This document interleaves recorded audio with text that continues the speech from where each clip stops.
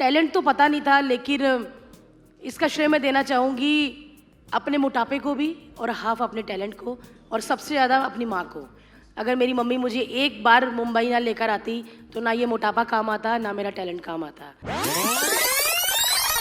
मैं पंजाब से हूँ, बहुत छोटे शहर से, और बहुत छोटी उम्र में मेरे फादर गुजर गए थे, तो सब मम्मी कर रहे थे। तो जब लाफ्टर चैलेंज के ऑडिशन शुरू हुए तो मैं कॉलेज में पढ़ती थी, और मेरे को जैसे मेरे ये सुदेश लहरी, कपिल शर्मा, ये सब मेरे टीचर हैं। मुझे कॉलेज में यूथ फेस्टिवल में कॉमेडी प्ले करवाने आते थे। तो जब उन्होंने बोला कि ऑडिशन हो रहे होटल में, तो मैं डर गई, क्योंकि मेरी सोच इतनी छोटी थी। मुझे लगता था होटल में अगर डायरेक्टर बुलाता ऑडिशन के लिए तो गलत ही करता है वहाँ पे, क्योंकि फिल्मों में देखा था ना, साड़ी सूड़ी पकड़ लेते हैं, अरे आपको चांस देंगे, हीरोइन बना देंगे, वो सब देख देख के ना दिमाग ख़राब हुआ था। तो मैं अपनी 6 सहेलियाँ लेकर गई थी और फ़ोन ऑन करा था कि जैसे मेरी चिल्लाने की आवाज़ आई तुम पुलिस लेके आ जाना। इतनी गलत सोच थी मेरी। मैं ऊपर गई, डायरेक्टर शॉर्ट्स में और बनियान में बैठे थे। मैं कह ले, ये तो तैयारी में बैठा है पूरी। मैं पूरे, मेरे को पसीनों पसीन में, कैमरा लगाया हुआ था। कहते क्या कर सकती हूँ? मैं क्या सर मतलब नहीं कॉमेडी में क्या कर सकती हूँ? मैं क्या सर, मैंने जितने भी आज तक कॉमेडी के प्ले किए थे, मैंने बिना रुके एक सांस में सब कर दिया। वो देखे गए, उनको समझ नहीं आया कि इसने क्या किया। उन्होंने बोला ठीक है बेटा आप जाओ, बताते हैं आपको। उनको लगा कि अगर मैं, उनको पता नहीं क्या दिखा मेरे में। 15-20 दिन कोई फ़ोन नहीं आया।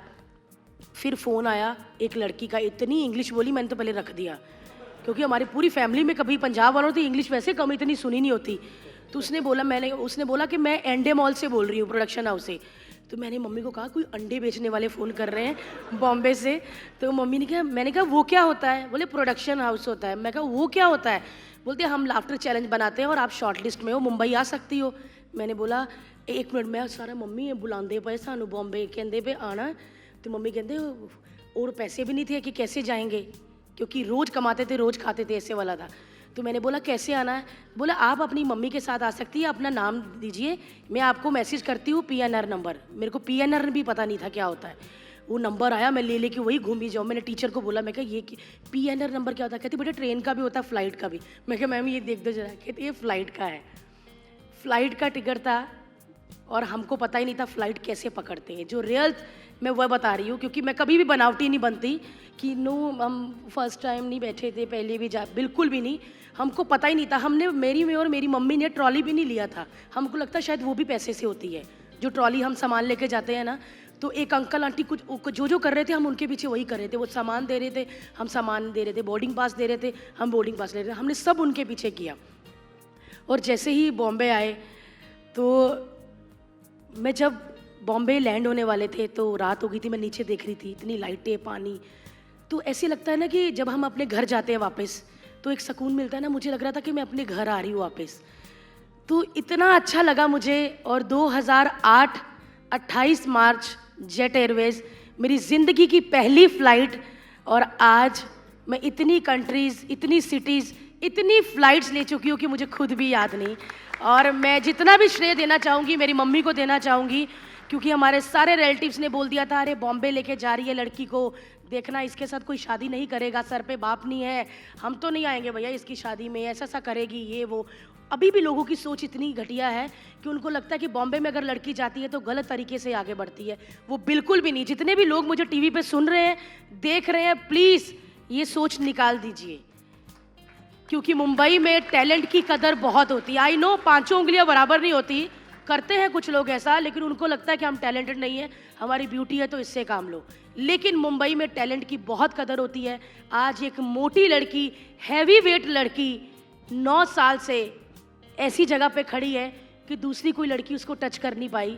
अगर मेरी माँ ये ना करती तो शायद मैं आज यहाँ पर ना बैठी होती और आज तक पे लाइव ना जा रही होती। वो सब श्रेय जाता है मेरी मम्मी को और मेरे सबसे पहले डायरेक्टर लाफ्टर चैलेंज के पंकज सारस्वत, जिन्होंने मुझे हाथ पकड़ के लेकर आए, और उसके बाद मिस्टर विपुल डी शाह, जिन्होंने मुझे इतना परखा कि आज भारती जहाँ पे खड़ी हो जाती है बचाओ में, तो मैंने कितने बार बड़े बड़े स्टार्स के यहाँ से पसीना आते देखा है कि क्या पूछोगी आप, ऐसा वैसा तो नहीं पूछ लोगी। मुझे खुद डरने लग जाता है कि ये मेरे से क्यों डर रहे हैं। और सब श्रेय देना चाहूँगी मैं अपनी मम्मी को, पंकज सारस्वत को और विपुल डी शाह को और आप जनता को, जो मुझे इतने प्यार से सुनते हैं हाय सो क्यूट। मतलब मैं इतना फ्लर्ट करती हूँ, अगर वही कोई पतली लड़की करे ना, हाय शाहरुख सर मैं किस कर लूँ, मैं वो सब चीज़ें करती हूँ। आपने देखा होगा शोज़ में अक्षय बच्चन साहब, शाहरुख, सलमान गोद में बैठ जाती हूँ। सलमान सर को कितना बार बोल दिया कि सर मुझे लगता है कि आप ही और हम दोनों एक दूसरे के लिए बने शादी कर लें। या शाहरुख जी को बोल देती हूँ आपके 3 बच्चे हैं तो 2 बीवियाँ होनी चाहिए, मम्मी से कब बात करोगे। ये सब बोल देती हूँ। ये सब आपने मैम पूछा ना, तो ये सब मोटापे की वजह से क्यूटनेस में आ जाता है। यही कोई पतली लड़की करेगी ना, अरे क्या कर रही है यार, तो वो लगेगा। तो thank you so much God. पहले मैं भगवान को बोलती थी मुझे कितना मोटा बनाया, कपड़ा कोई फिट नहीं आता। आज मैं माफ़ी मांगती हूँ भगवान के, आई एम सो सॉरी भगवान, मैं आपको इतना कुछ बोलती थी। भगवान जो करते हैं सोच के करते हैं, और मुझे मोटा बनाया तो सोच के बनाया।